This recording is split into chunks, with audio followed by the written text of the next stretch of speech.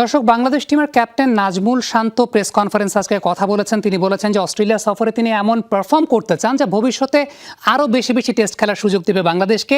23 বছর পর Aussie series খেলতে যাওয়ার আগে এভাবেই নিজের প্রত্যাশার কথা জানিয়েছেন টেস্ট ক্যাপ্টেন নাজমুল শান্ত। দলে ইনজুরির সমস্যা থাকলেও এইসব নিয়ে একেবারেই ভাবতে চান না, বরং পেসার স্পিন মিলে চ্যালেঞ্জ ছুড়ে দিতে চান স্বাগতিকদের। নতুন ওয়ানডে ক্যাপ্টেন লিটন দাসকে শুভেচ্ছা জানিয়ে শান্তর প্রত্যাশা এই ফরম্যাটেও দলকে গুছিয়ে নেবেন তিনি। ডারউইনের উদ্দেশ্যে শুক্রবার রাতে ঢাকা ছাড়বে টাইগার বাহিনী।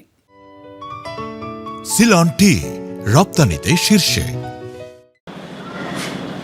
যে কোনো দলের জন্যই অস্ট্রেলিয়া সফর চ্যালেঞ্জিং, আর যদি তা হয় 23 বছর পর, তাহলে তো কথাই নেই। তাই তো দল ঘোষণার পর প্রধান নির্বাচক হাবিবুল বাশার বলেছিলেন সম্মান নিয়ে ফেরাটাই হবে টপ প্রায়োরিটি।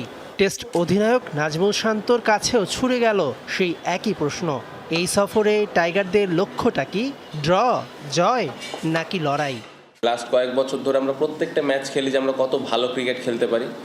রেজাল্ট নিয়ে আমরা চিন্তা না করে, আউটকাম নিয়ে চিন্তা না করে, আমরা আমাদের প্রসেসটা কি, আমাদের কোন কোন জায়গায় ল্যাকিংস আছে, ওই জায়গাগুলো আমরা কীভাবে ইমপ্রুভ করতেছি, এই জায়গাতে আমাদের মেন ফোকাস থাকে। সেটা আমরা হোমে খেলি বা বাইরে খেলি বা যে কোনো টিমের এগেনস্টে খেলি। সো এই সিরিজেও নতুন কিছু থাকবে না। আমাদের টার্গেট থাকবে যে কত ভালো ক্রিকেট খেলতে পারি এবং আমাদের প্রসেসটা কি, ওই জায়গাটা আমরা ঠিকঠাক মতো মেনটেন করছি কিনা।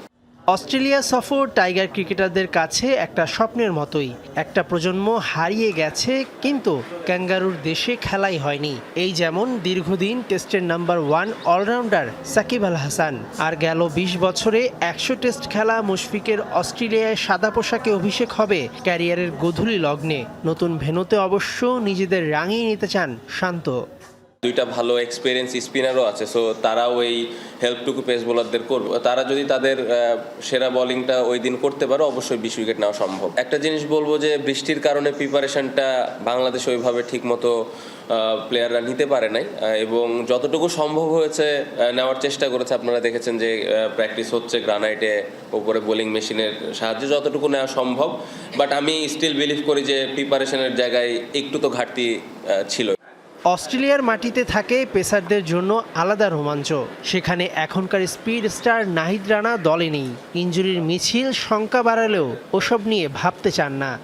যে কোনো সময় যে কোনো প্লেয়ার ইনজুর্ড হতে পারে, বাট আমার মনে হয় যে দলটা আমাদের অস্ট্রেলিয়াতে যাচ্ছে, এই দলের উপরে পুরোপুরি বিশ্বাস আছে যে এই দলটা নিয়ে আমরা ভালো ক্রিকেট খেলতে পারবো। এদিকে শান্তর হাত থেকে যে ওয়ানডে অধিনায়কের ব্যাটন উঠেছিল মিরাজের হাতে, বদল এসেছে সেখানেও। সাদা বলে এখন অধিনায়ক লিটন দাস।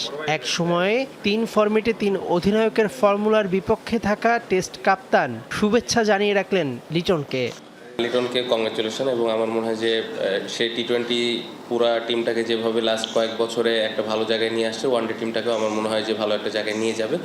পরিসংখ্যা কিংবা কন্ডিশনের দিক থেকে অজিদের ধরা ছোঁয়ার বাইরে মনে হলেও বদল এসেছে টাইগারদের মানসিকতায়। জয়ের এই ক্ষুধাটাই হতে পারে ফিল সিমন্স শিষ্যদের সবচেয়ে বড় ট্রাম্প কার্ড।